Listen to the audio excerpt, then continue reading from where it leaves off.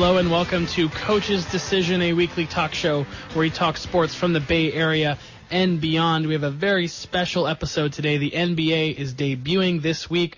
Joaquin and Tory are off this week, so we're going to go all out National Basketball Association style with a man I know very well. He got D's in high school, so now he covers the D League. It's Adam Johnson. How you doing, buddy? You know me way too well, man. That's kind of scary, you know? I've heard about you. We run in the same circles. This is actually the first time we met.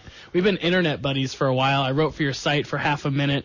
I remember I wrote a Steve Kerr article when he first got hired, so that's how long ago it's been since I've had the written word as part of my life. Yeah, it's finally great to meet you, and it's been kind of a whirlwind for me on the writing scene, you know. So yeah, totally. C-Dub Central is where I met you. You were covering the local Santa Cruz Warriors. You were posting videos and bios and recaps, and you were just crushing it.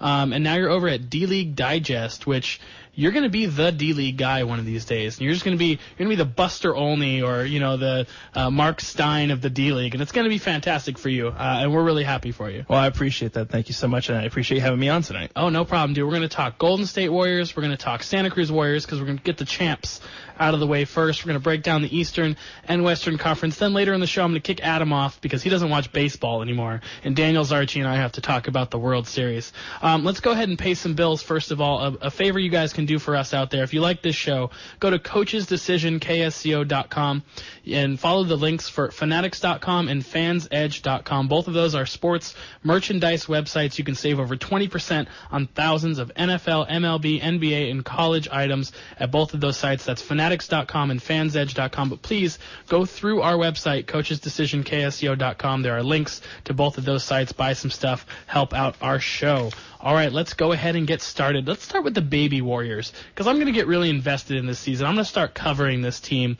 like it's a real team because it's almost a real team. Is that true? Are they almost a real team? They're almost NBA players. The question is, where you been, man? They won the title last year. I know. I'm horrifically behind. I'm trying to catch up.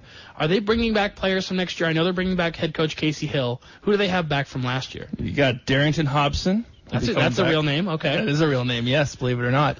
Mo Baker will be back. Okay, I know. I've seen Mo Baker play before. I know that. Daniel Walele will return. Okay. Milos Milosavljevic. That's another name. My goodness. 18-year-old last year, suffered a season-ending injury. He'll be back with Santa Cruz Warriors. Also, Carrick Felix, another player who suffered a season-ending injury last year, will be back eventually between December and January, according to Coach Hill. Okay, who's the guy to watch on the team, though? Who's the swagger guy? Who's the one that's going to light up the crowd? Well, you've got Darrington Hobson from last year. He's going to be the guy that's going to kind of take on that new leadership role this year, I think. He played behind Elliot Williams and Michael Thompson last year, who have both moved on to, well, Elliot just got cut from the Charlotte Hornets this past week, but Michael Thompson is now overseas in Italy. Mm-hmm. So Darrington's kind of going to fill in that role as far as the leader goes. And he's a point forward. He's 6'8", plays the point guard, handles the ball. He's going to be the guy that's going to, he's a guy that wears his emotions on his sleeve. So he just wears everything on him, and so he's gonna be the guy you want to watch. Also, Xavier Henry, former Los Angeles Laker. Okay, that's recent because the Warriors just cut him. They cut him for D-League purposes, so cool. They will carry his rights to Santa Cruz. So you'll see Xavier Henry in Santa Cruz as well. See, I'm a much bigger college basketball fan than I am a pro basketball fan. It's kind of starting to go 50-50 because I do love the pro game a lot. But Xavier Henry at Kansas was very good on a very good Kansas team, so I know him well. I know guys like Elliot Williams who went to Duke. Never really fulfilled his potential at the school, but is a very fine basketball player. I actually ran into him last season when he was on the Warriors. An interesting guy, definitely. Okay, let's go to the big Warriors now because they're the defending champs, as are the Santa Cruz Warriors. But the champs are kind of getting disrespected, and not just by the media who are using words like luck and health luck and stuff like that, but also other teams. The LA Clippers, notorious trash talkers, are saying about, the Warriors didn't have to face us. They didn't have to go through the best teams because they didn't play us. They didn't play the Spurs. They didn't get the Cavs at full health. Is there any truth to that? I mean, I know there's truth to that, but is there any salt behind that? When it comes to the word luck, you mean? Or what? Yeah, did they get lucky? Every team gets lucky. I mean, every team has to have the cards fall perfectly right. Well, the Cavs didn't get lucky last year. Well, but I mean, every team that wins the title, whether that means being healthy or the planets aligning just right for them with the win-loss record and everything going their way, and that happened to be this Warriors team this past year. So as Zach Grantland points out poignantly, every team has luck on their side in some way, shape, or another. Well, some teams have Michael Jordan on their side as well. That didn't hurt the Bulls at all in the 90s. Do you think they enter the season as the favorites in your mind? Oh, absolutely. I mean, you have a team that's coming back minus David Lee and a few other pieces. That's not a piece that they weren't even really using David Lee the way he needs to be used to be effective. So I don't really see that as a net loss at all.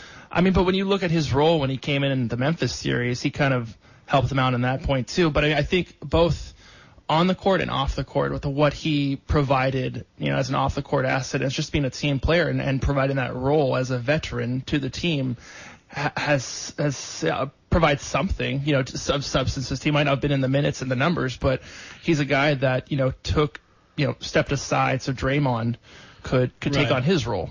Right, and Draymond Green, as I've said on the show a million times, is my favorite college basketball player of all time, now my favorite basketball player of all time. I was really upset when the Warriors drafted him in the second round the same year we got the Santa Cruz Warriors, and I said to myself, I'm going to go watch Draymond play at Kaiser Permanente Arena. And he was so good, he had to make the team, and now he's got a max contract, so I don't get to see him in Santa Cruz. Boo-hoo me, and boo-hoo Draymond.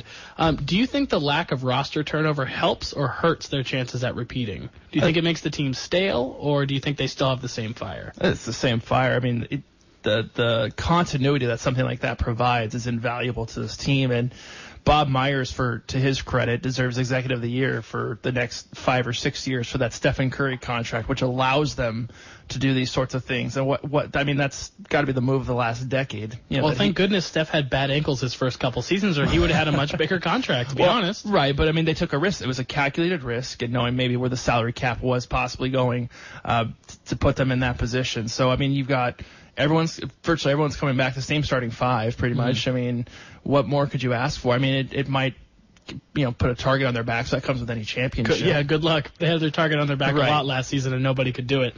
Can they be as healthy as they were last season?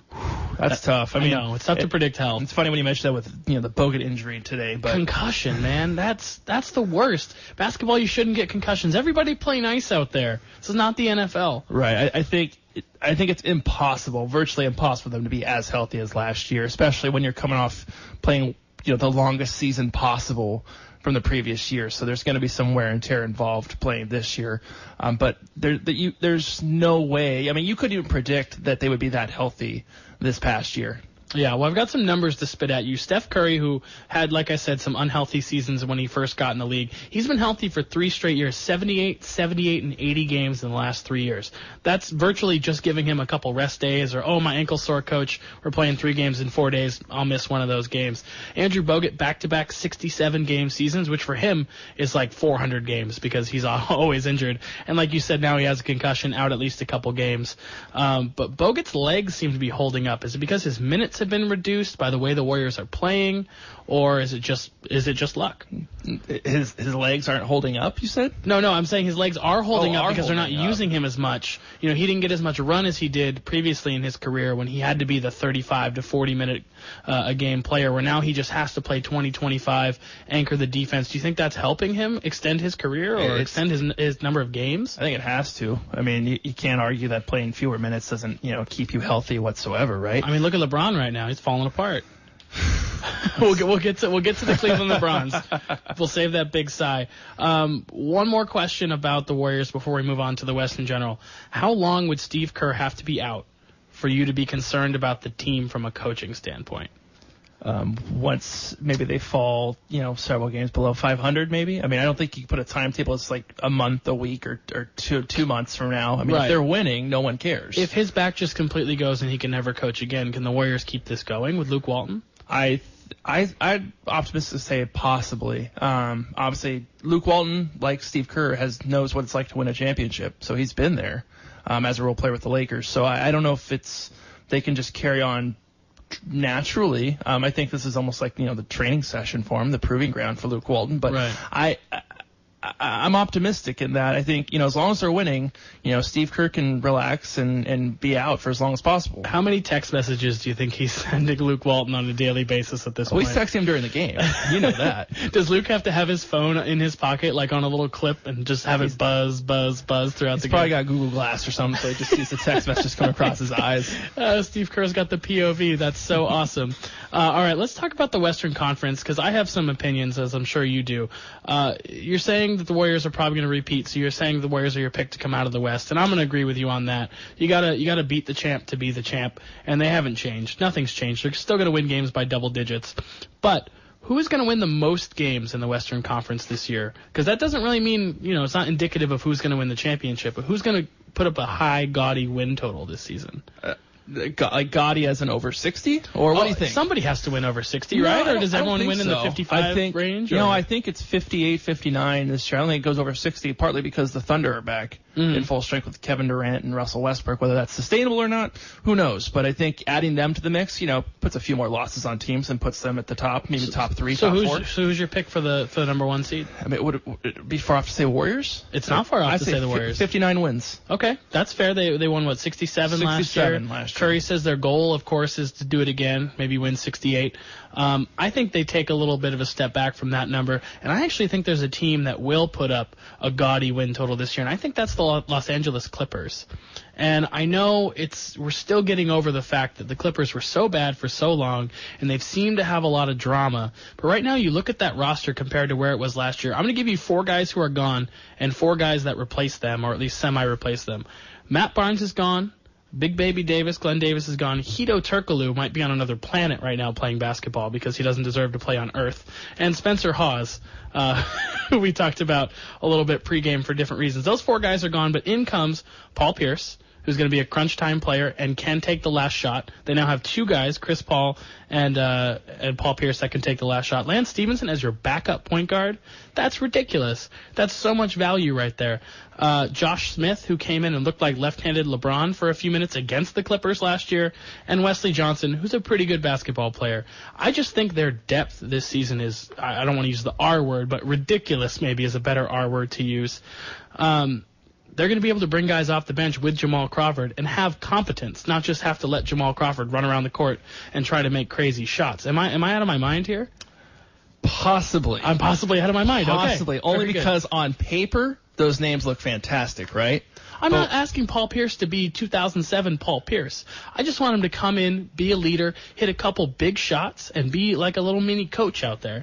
Right. No, but again, when you're talking Lance Stevenson and Josh Smith and those types of mindsets that are not ideal or conducive to your locker room, once they start seeing some adversity in the NBA and maybe not winning games, everything's peachy clean right now and everything's wonderful, but once they get to the dog days in the NBA and they have to share flights with each other and road trips and whatnot, maybe we might see some tension. I know on paper it's not, on paper it's fantastic. They actually have depth. They don't have to rely on Big Baby or Hito or anyone else. Those guys looked horrible on the court last year. They were like the Warriors from 2 years ago with no depth. Yeah. Okay. So, I can see it, but now they have the depth. And right when the Warriors got the depth, right when they got tall, skinny backup point guard, who I can't think of right now. Sean Livingston. I always want to say Lance Stevenson, Sean Livingston. Once they got him, they got Mo Spates, those guys just to run around and do stuff, because Big Baby can't even run the floor.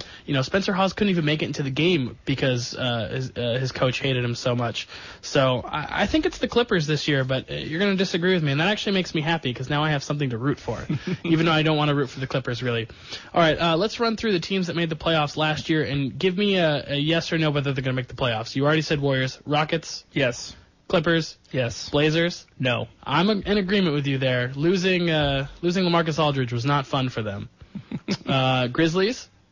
No. You don't think the Grizzlies are going to make the playoffs? I think there's a good chance. I don't know if you saw tonight's game. I did not. It's not looking too good. Not looking too good. Okay, I read on Twitter, I think if Dave Yorger was playing Nintendo, he'd want to hit the reset button right now. Well, you can't restart the whole season in game one. We'll give him the reset button maybe later. The Spurs? Yes. The Mavericks? No. I'm out on the Mavericks, too, and the Pelicans. That's a tough one because, if you look at last night's game, you'd say no, but Anthony Davis might be good enough to carry them to that 8th seed if they get healthy enough. All right, so I'm going to give you a yes for them, and you're taking out the Blazers, Grizzlies, and Mavericks. Give me 3 Western Conference teams that you would have in ahead of them. You know the Thunder. That's The Thunder are coming back. not even going to talk about that. They're going to make the playoffs. The Thunder, and what are your other 2 teams? You get the Jazz. You think Utah, even with Dante Exum out? Oh, yeah, absolutely. Because, Dante Exum's a future prospect. I don't think they expected major contributions from him this year. But, I mean, if you look at what they did from the first half of the season to the second half, I think they were one of the best, if not the best, defensive rated team last year in the second half after the All-Star break.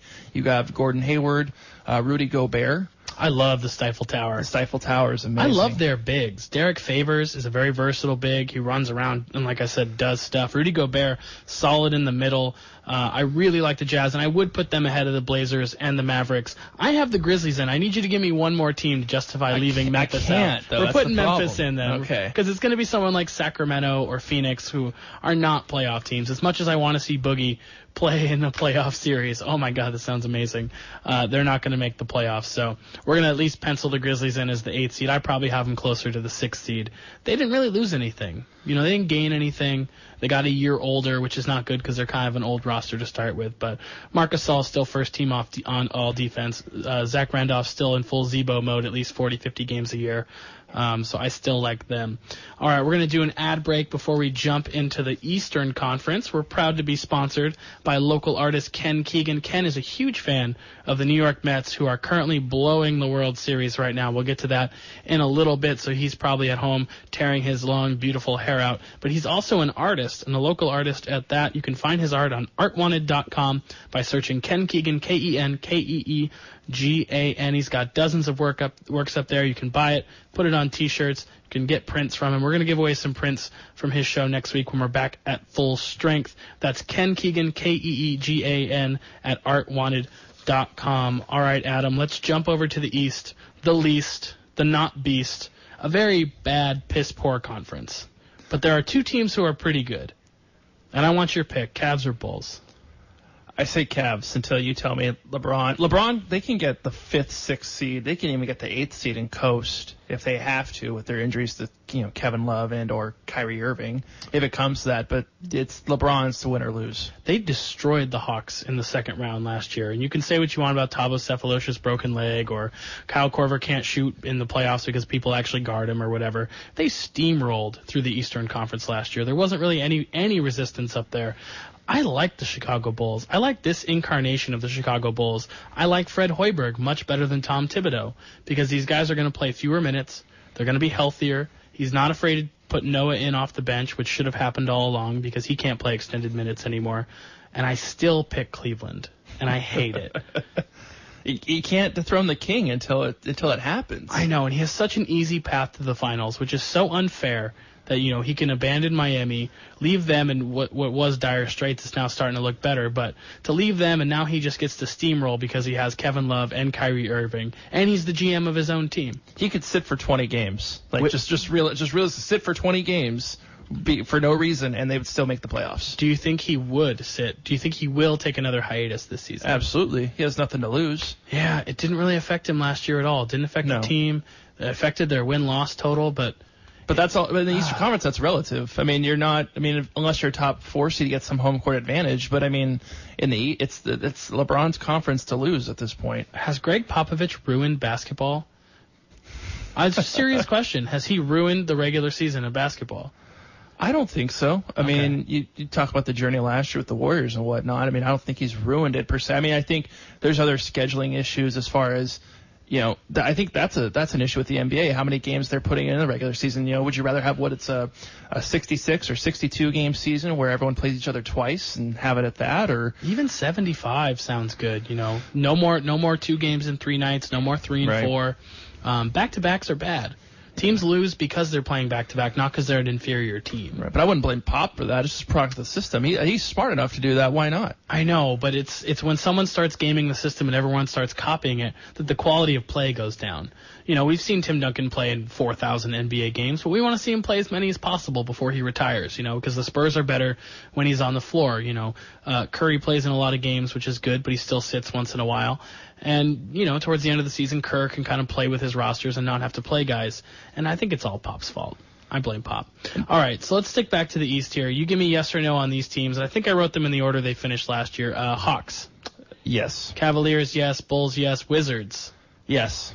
Raptors. No. I'm with you on this. I don't like what the Raptors did in the offseason. They got DeMarre Carroll, who's a very good player, but they have a bunch of guys who play the same position. They have like 7 small forwards. You can't play in the NBA with that many small forwards. And they have a bunch of guys who are actually going to be heading to the D-League probably, and most of the time with their new Raptors 905 team up 905? What is that? That's the area code of, I believe, Toronto or Mississauga where they're playing. They're called the Raptors 905. Mississauga. Wow. You see, you're deep in this D-League knowledge stuff. This is way too much. I stumped a bunch of people at a trivia night the other day by asking what NBA team played in a suburb called Auburn Hills, and most people didn't know.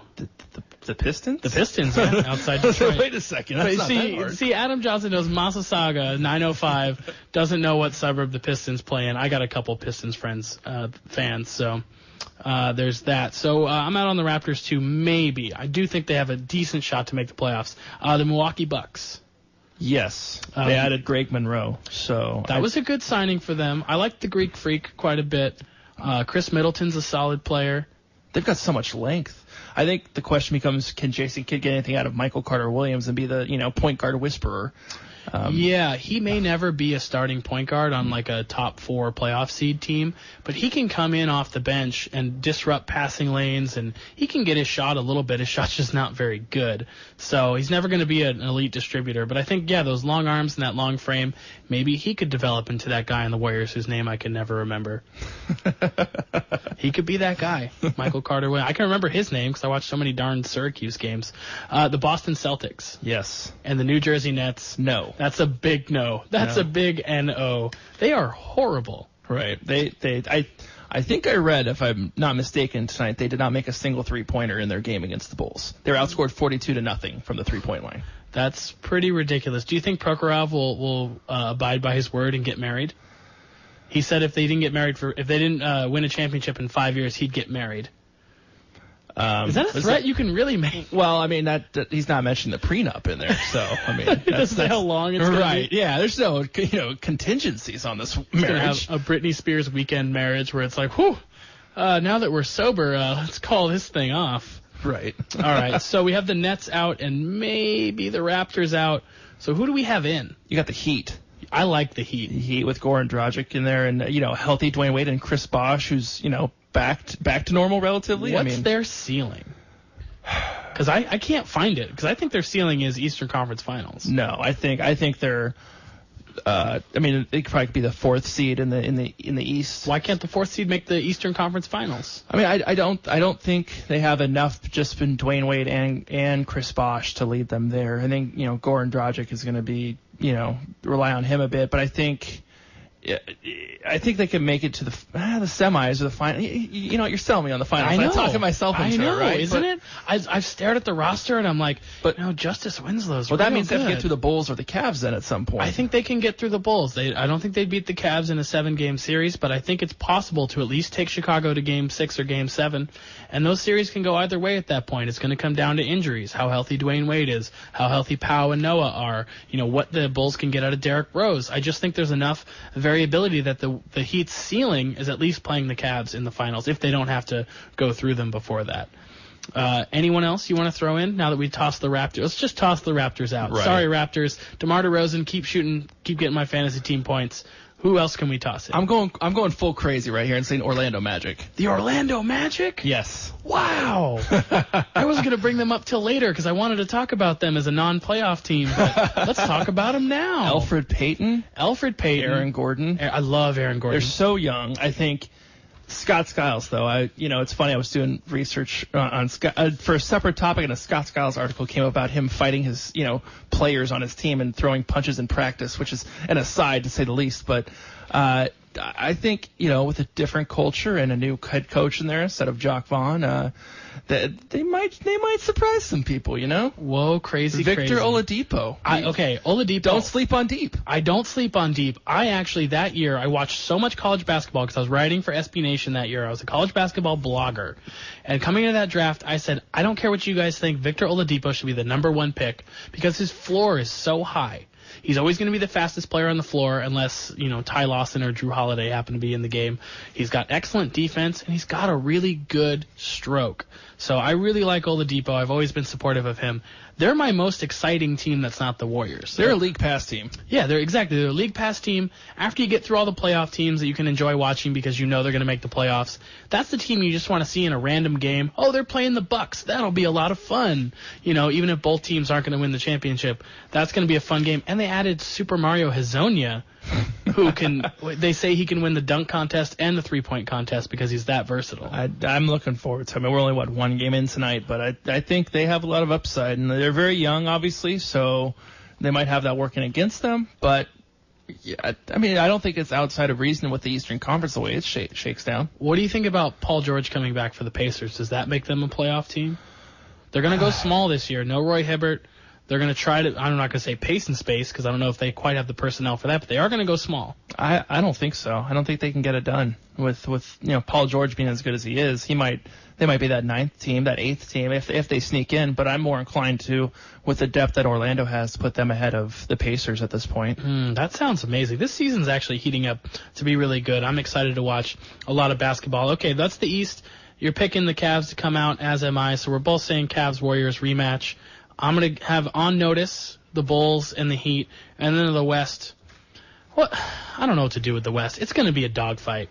It could be the Thunder, could be the Spurs, could be the Warriors, could be almost anybody except for the Blazers. I think healthy. I think Houston's the biggest challenge for the Warriors at this point. You think so? Yeah. I mean, you look at what they add. I mean, they got Ty Lawson for nothing. If he can stop drinking, if he can keep himself obviously he has on the right track. Off the court issues given. But, I mean, for what Houston had to give up for Lawson, a couple picks that Denver has since waived, I mean, he's a suitable backup point guard, maybe a starting point guard on some teams. So, you had him, you had Dwight, Howard, James Harden, all these guys. I mean, they are when they're clicking and they're healthy, they are the dangerous team that the Warriors need to watch out for, even more than the Clippers. I mean, everyone says the Clippers are the team that are gunning for them. I don't think the Clippers have it necessarily. They can't keep up with the Warriors' pace. Okay, well, we're going to keep arguing about that throughout the season, but my take on the Rockets is yes, they're going to be totally elite. They're going to be very good. Is James Harden going to get all those calls in the playoffs? Because he gets all the calls the regular season. He gets to the free throw line almost every trip down the floor. Doesn't quite get the same love and respect in the playoffs.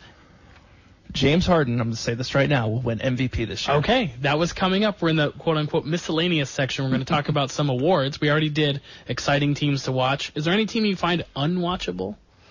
I mean, no, Philly? I don't watch them, Yeah. So, I mean, if I stick away, no, Philly's interesting in that, they have all those young guys.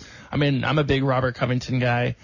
Given the time he spent in the D-League. I think you're the only big Robert Covington guy. I'm one of few. No, maybe Robert Covington's There's mom. a lot of Philly fans out there that are big Robert because he's the Rocco is the only one out there they can rely on. You're in love with the Rocco? I'm in love with not Roku, Rocco. Rocco. I just was making fun of the song. Okay, so you said for MVP, you said James Harden. Right. I actually wrote down the same darn thing. I think with Ty Lawson, it's going to be a lot of ball pressure taken away from James Harden. That's where he looked bad when he was forced to dribble so many times. He turned the ball over a lot. He's going to be much more efficient. He may actually get some open looks instead of having to do that James Harden step back, beard chin up in your face three-pointer.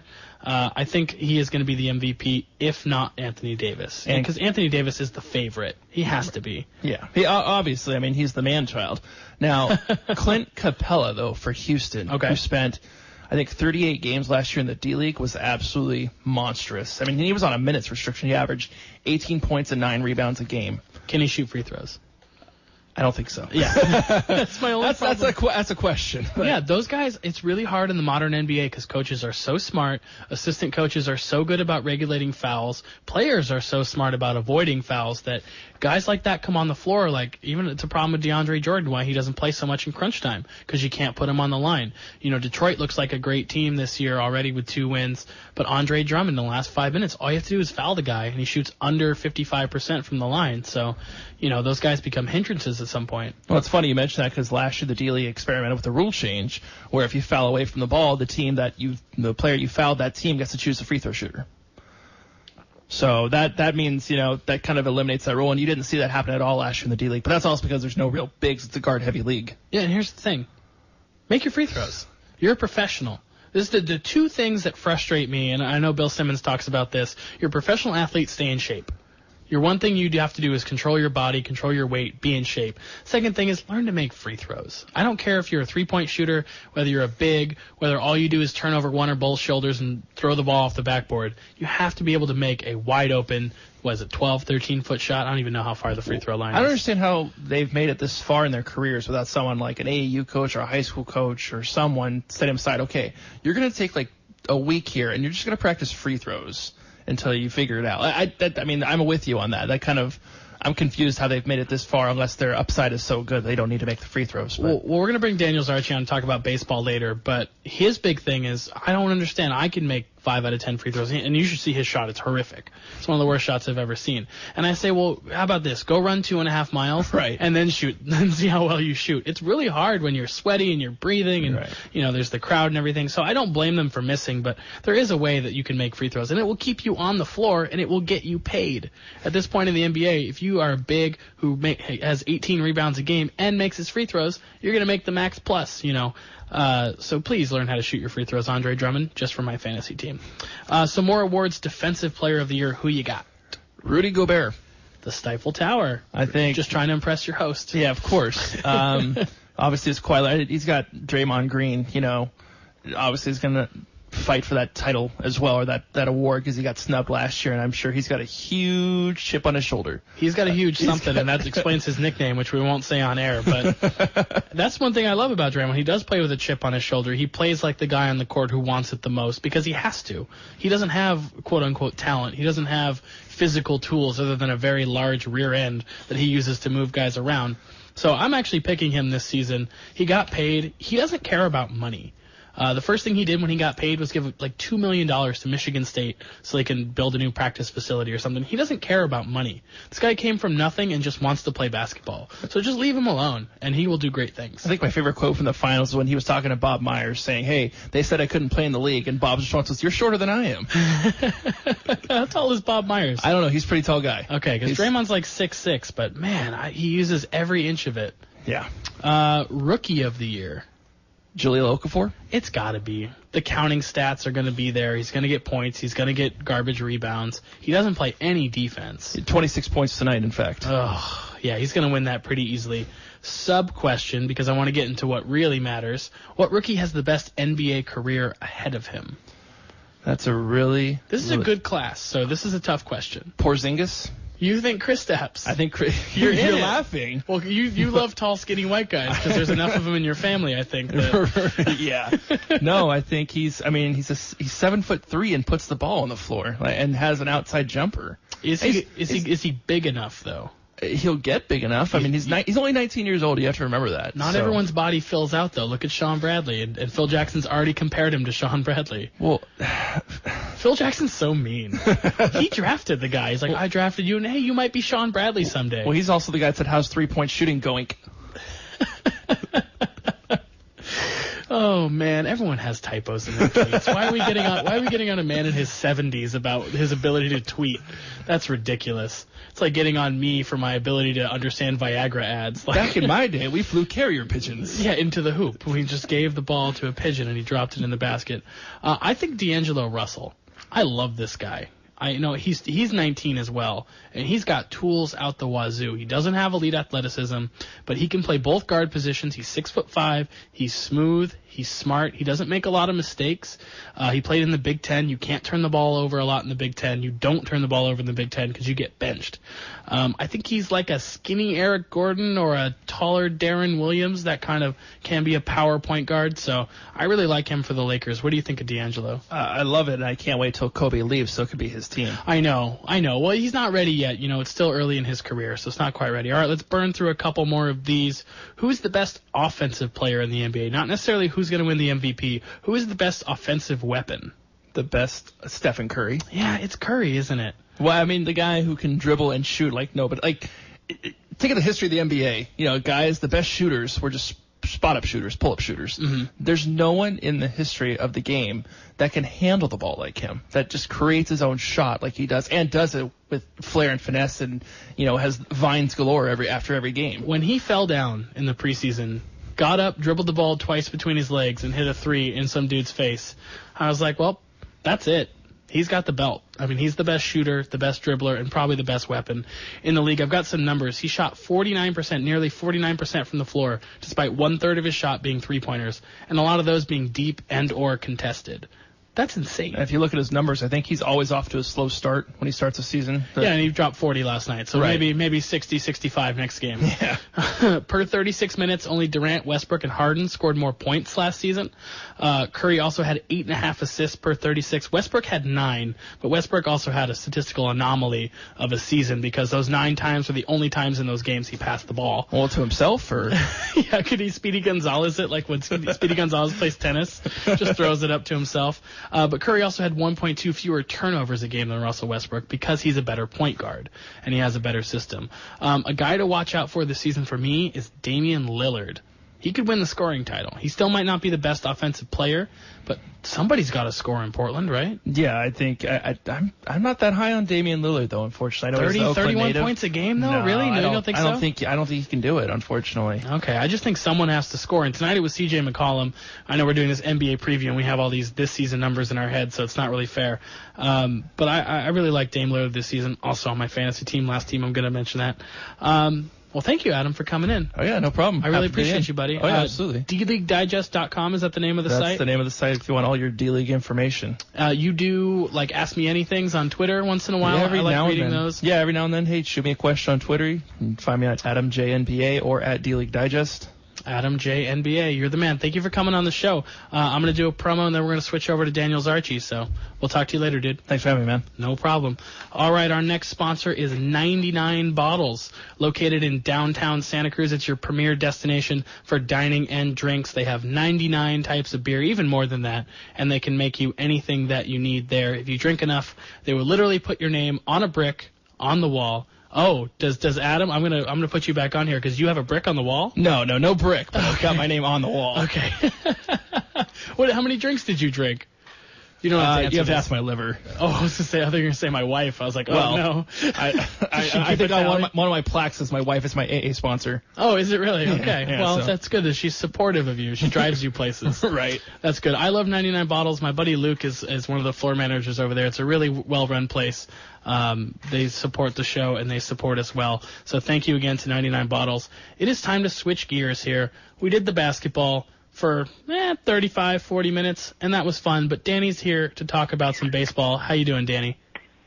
I'm good. I just wanted to point out that I, too, am 6'5", smart, smooth, and don't make many mistakes. You are not D'Angelo Russell, sir. You did not play in the Big Ten last season. The last Big Ten you ate was probably the 10 sandwiches you got through on your local grocery store card to get a free one.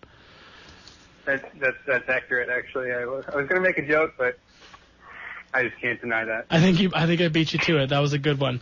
So we're going to talk some World Series because can you confirm that the Mets lost Game 2? The Mets did lose Game 2. Okay, I came into the studio top of the ninth, so I couldn't see, but they were down 5-1. What was the final score? 7-1, actually. 7-1. So, the Royals scored 3 in the bottom of the 8th. Okay. All right. Well, where are we at in this World Series right now? Because the Mets are down. They just threw their ace, Jacob deGrom. They still have Noah Syndergaard going on Friday and Steven Matz probably going on Saturday. Can they dig themselves out of this hole at home? I think they definitely can. I mean,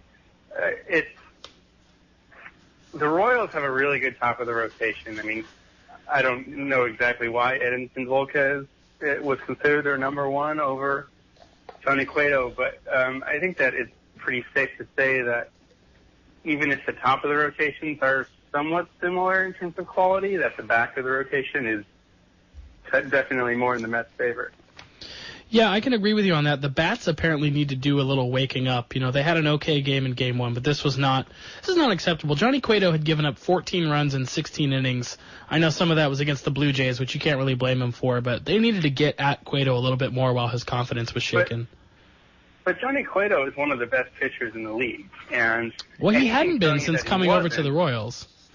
Yeah, but anything that tells you that he wasn't after a fantastic career up to this point. If you look at a little bit of time on the Royals when he wasn't very good, a few playoff starts where he wasn't very good, I mean, I don't think you can look at any of those and draw any actual conclusions saying that he's not the excellent pitcher that the whole rest of his career told us that he was. You're saying I shouldn't put out my mat and jump to conclusions?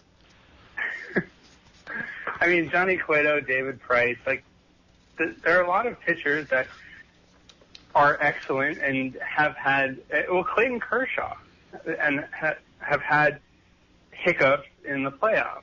And that is not more predictive of their next playoff start than their entire career leading up to that point, or even the year leading up to that point. Johnny Cueto has been fantastic. David Price has been fantastic. And you kind of just need to keep writing off everything else and assume that they're going to go out there and have an amazing start. Okay, so what about Juris Familia? Because he faltered for the first time this postseason, giving up that 9th inning home run. He'd gone 9.2 innings without giving up a run before blowing that save. Does that hurt him going forward? Is that predictive, or is he going to go back to being his lights-out self? I think that Juris Familia is as good, as reliable now as he was before then. I mean, he kind of came out of nowhere this year. I mean, he was always a good reliever, but he's young. He doesn't have much of a track record, and he ended up as one of the 2 or 3 best closers in all of baseball. Now, the problem is that the Mets have been counting on him for 4, 5, 6 out saves this whole postseason, and it's possible that some of that is getting to him. But again, he's their guy. He's better than Tyler Clifford or whoever else they have. Addison Reed, yeah. Whoever else they have in the back of that bullpen. I mean, and I think he's substantially better than any of those guys. Okay, I agree with you. That was a very inopportune time to go all young Kim on the New York Mets. I have a question for you because this involves social media and the way our world is working today. We all found out about Edinson Volquez's dad passing away in the Dominican Republic during the telecast of Game 1 of the World Series. So there was a time when everyone thought that he didn't know and that he was pitching without the knowledge. Well, and that's actually what Ned Yost said in his press conference. Yeah, which I think was wrong. It was wrong. He did know. He found out on the bus on the way to Coffin, or at least before the game, and decided to go out and pitch anyway, which is one of the more admirable things anyone can do and one of the tougher things anyone can do. A lot of us would have been on that first flight, and you can't really take anything away from him either way. He made the right decision for him and his family. But I just want to talk about it from a social media perspective because we're doing things way too fast. Like there's a situation where we're going to find out that some player's family member has passed away or their son was born or whatever could happen before they even find out because they're in the middle of a game. Does that just seem weird to you? Does that seem like some Black Mirror stuff to you? Well, Benji Molina was traded while the team was in the air and then found out from texts and Twitter before the team told him. Now, I mean, what's the solution to that? Is the solution that the team needs to be much quicker about this kind of thing? Do they need to just jump on it in the fear that they're going to find out some other way? No, we just need to fight club. We need to fight club society and just start over. Wipe out the credit card debt, get rid of social media, and have it never come back. Cut it off like Medusa's head. Thomas, if we didn't have social media, you and I would not have any friends or careers. If we didn't have social media, you wouldn't have a friend, a girlfriend, a job, anything. I would be perfectly fine. I'm a hardworking young lad, okay? All right, so we're going to get into our NFL picks in just a minute. No Daniel Murphy home run in either game, so his streak is over. What a bum. He is human. Yeah, what a bum. He doesn't deserve to be in the league. Alcides Escobar stays hot. He has an inside-the-park home run, the first one in the World Series since 1929. That's pretty impressive. Yeah, that wasn't an inside-the-park home run. That was an error on Cespedes, wasn't it? The ball dropped at his feet. I think the league is way too cautious about calling errors, or whatever you want to call it, but I mean, it's not just let's be charitable and not give him the error. It's saying let's punish the pitcher instead. Yeah, I agree with you. Yeah, that was probably a double, and then he kicks it, and it's an inside the park home run. See, I think it should have been an out. Goes down in history as Yeah, Matt Harvey goes down in history as the guy who gave up the inside the park home run. That should have been an out. It hit Cespedes in the foot. Like, it dropped at his feet. If you can't catch a ball that's at your feet, why are you in the outfield? Okay, let's switch over to our NFL picks. Before we do, our picks are presented by Woodstock's Pizza. 7 locations in California, all in college towns: San Diego, San Luis Obispo, Isla Vista, Chico, Davis, and right here in Santa Cruz. They all have the Sunday ticket. It's a great place to watch sports, especially right now. World Series, NBA, NFL, they all have the Sunday ticket. They all have a bunch of good beer on tap, delicious pizza, chicken wings, salad, breadsticks, the whole works. A very friendly staff, a very nice place for sports fans and families and friends and everyone to gather. No Tory on the show this week. She's out watching the Sacramento Kings play the Clippers. No Joaquin this week. He's on a business trip. Tory's going to take an official bye week. We're all going to take a bye week this season. So Joaquin sent in his picks, and Danny and I have our picks now. I'm going to go ahead and get us started with the Thursday night game. Pats minus 8.5 over the Dolphins. I'm taking the Patriots. This macho act by Miami. They're looking good with new head coach Dan Campbell, but it's not going to work on Bill Belichick. He'll have a plan. Ryan Tannehill's taking snaps under center. Belichick don't care. Darrelle Revis is covering Jarvis Landry. Not too worried about that. What are your thoughts on this game?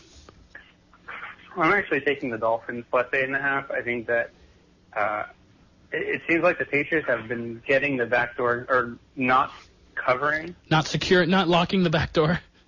Not locking the back door. It's like they have an alcoholic spouse they have to keep the back door open for. Well, it just seems like Belichick isn't doing kind of what everybody thought he would do, of putting the pedal to the metal and winning every game by 50.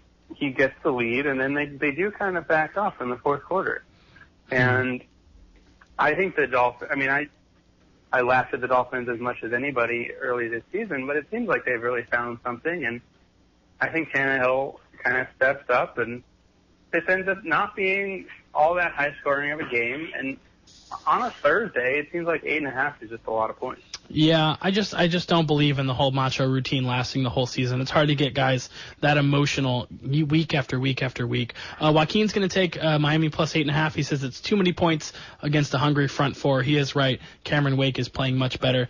The next game, Packers, Broncos. Packers giving 3.5. What do you got? I took the Packers minus 3.5. I think either the bye fixed Peyton somehow, or he's done. He's just done.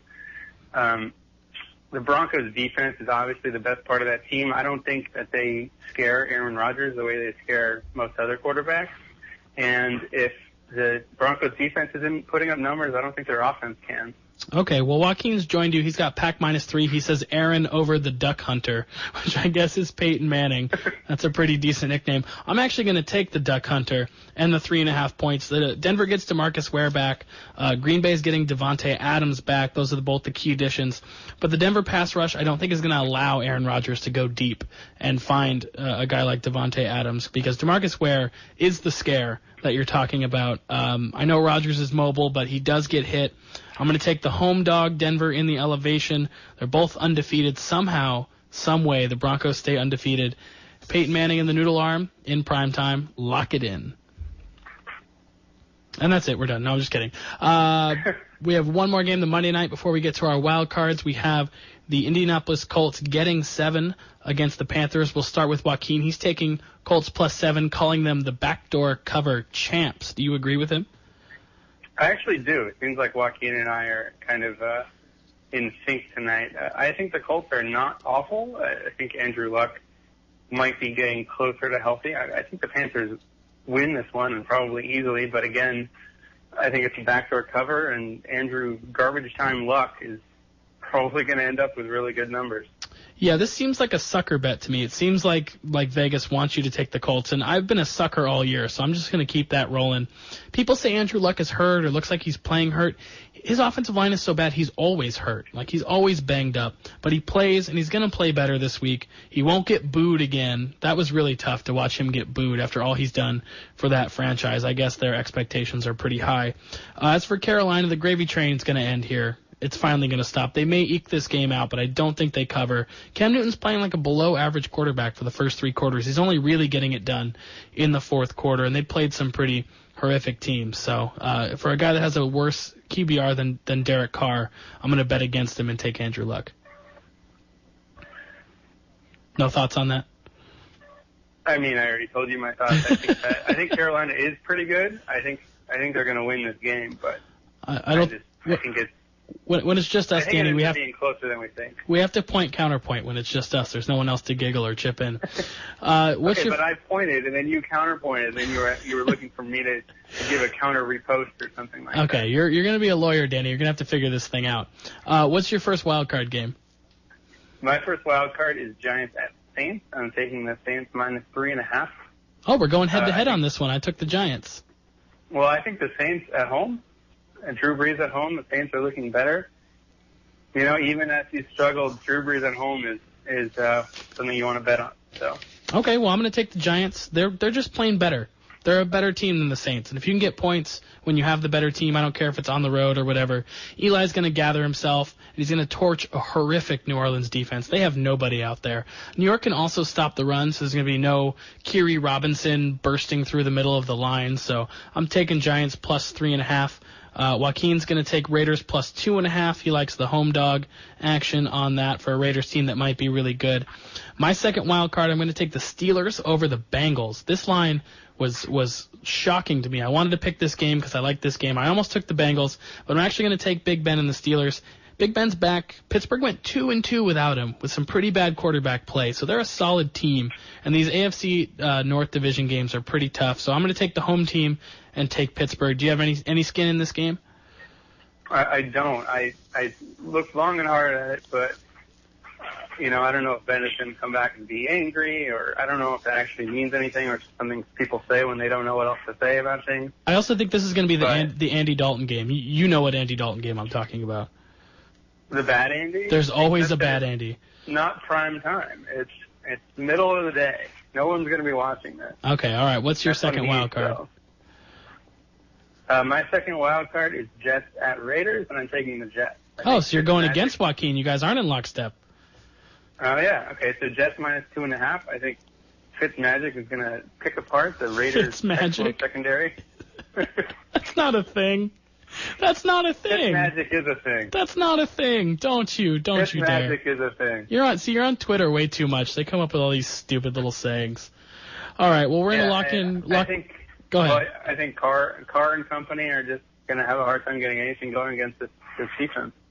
Who's Arizona playing this week? Because Joaquin's got Arizona -6, but I can't recall who they're playing. I think it's Cleveland. Oh, I think it is Cleveland. All right, I think it's in Cleveland. So he's taking -6 on that. We're going to have those up on the internet once I can get those over to producer Tory. Danny, thank you for coming on the show today, my friend. Yeah, thank you for having me. No problem. We'll talk to you soon. All right, it's just me in the studio now. I'm all alone for the last 30 seconds, so thank yous go out to Adam Johnson and Daniel Zarchi for appearing on the show, Chris behind the board for doing the producing. My name is Thomas Todd. You can find Coach's Decision on YouTube, iTunes, Twitter, all those places, and coachesdecisionkso.com. I'm your host, Thomas Todd, and that's our show.